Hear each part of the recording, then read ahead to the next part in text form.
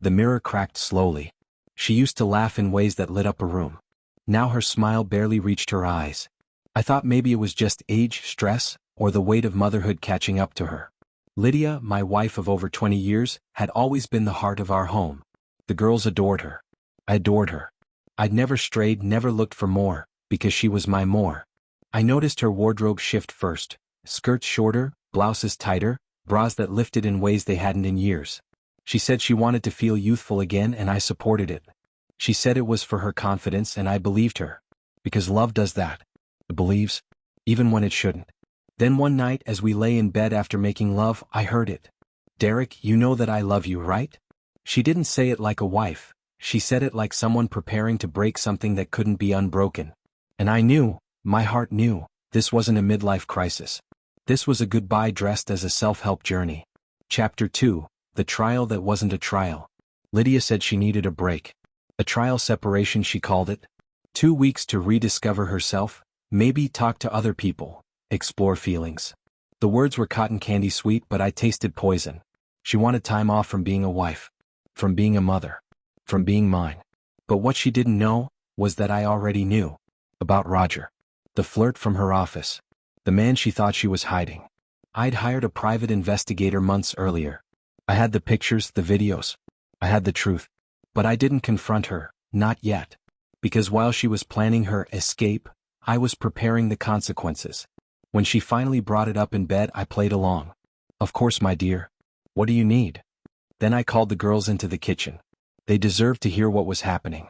From her. Not from whispers. And not from me. What Lydia didn't realize was that the break she asked for was actually the one we all needed, from her. "You lied, we knew." She tried to pretend. That Roger was just a coworker. That her lunches weren't suspicious.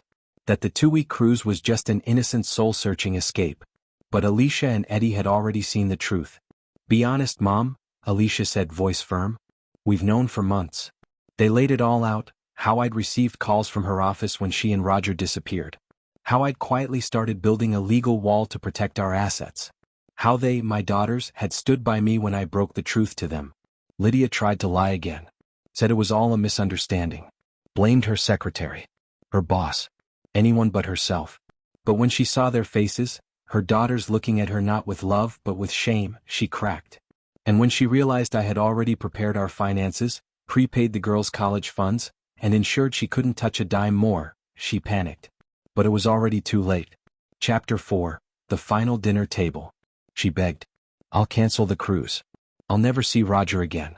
Just, don't leave." But the girls had packed. The apartment was ready. And my heart, once bursting with forgiveness, had hardened into stone. She tried to guilt me. "What about our years together?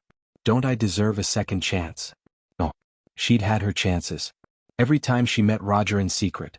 Every time she lied to my face. Every time she looked me in the eye and told me I was enough, while fantasizing about someone else. She didn't want a second chance. She wanted to reset the game after losing the hand. But I wasn't playing anymore.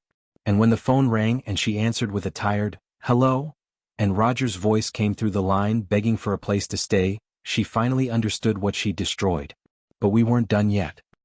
The fallout was always coming. Lydia left the city soon after. Took her half of the house sale and vanished. No goodbye. No court battle. Just silence. She drained our accounts, what was left anyway. But it didn't matter.